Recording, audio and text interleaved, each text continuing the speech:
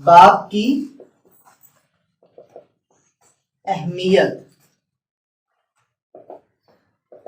باپ کی اہمیت کیا ہے؟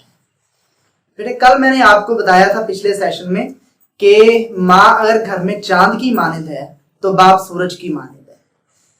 آج ہم نے ایک عمارت کو بنیاد بناتے ہوئے باپ کی اہمیت کو دیکھنا ہے کہ اگر ایک عمارت ہے نا، پوری بلڈنگ ہوتی ہے، جیسے بلڈنگ کا انحصار اس کے پلروں پہ ہوتا ہے. ٹھیک ہے، بلڈنگ جو ہے وہ ایک عمارت بنی ہوئی ہے، اس کے بڑے بڑے پلرز ہیں. مثال کے طور پہ کہ یہ ایک عمارت ہے بڑی ساری، ٹھیک ہے، تو اس کے اندر جو ہے وہ مختلف پلرز ہوں گے. ٹھیک ہے، یہ ایک پلر ہے، ٹھیک ہے، یہ ایک پلر ہے، ٹھیک ہے، یہ ایک پلر ہے. ٹھیک ہے جی، تو یہ جو بلڈنگ کھڑی ہوئی ہے یہ ان پلرز کی وجہ سے کھڑی ہوئی ہے. یہ جو پلر موجود ہیں ان کے اندر، ٹھیک ہے، ان کو ستون کہا جاتا ہے عام طور. تو یہ جو ستون ہے، یعنی یہ جو پلر ہیں، انہوں نے کیا کیا ہوا ہے، اس بلڈنگ کو تھام کے رکھا ہوا ہے. پورے گھر کو جو ہے وہ ایسے تھام کے رکھا ہوا ہے انہوں نے، اور یہ بلڈنگ کو نیچے نہیں گرنے دے رہے. بیٹے باپ کی مثال بھی بالکل ان پلروں کی طرح ہوتی ہے. باپ کی مثال بھی ان پلروں کی طرح ہوتی ہے.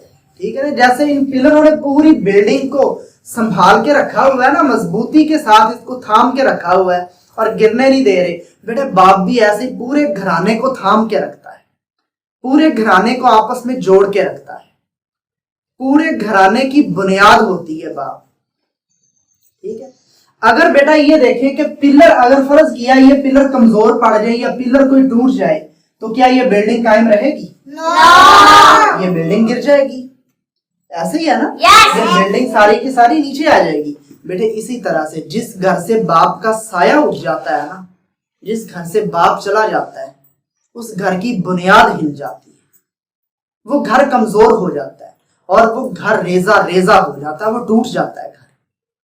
سمجھ آ گئی ہے؟ تو باپ کی مثال کیسی ہے؟ پلروں کی طرح کی.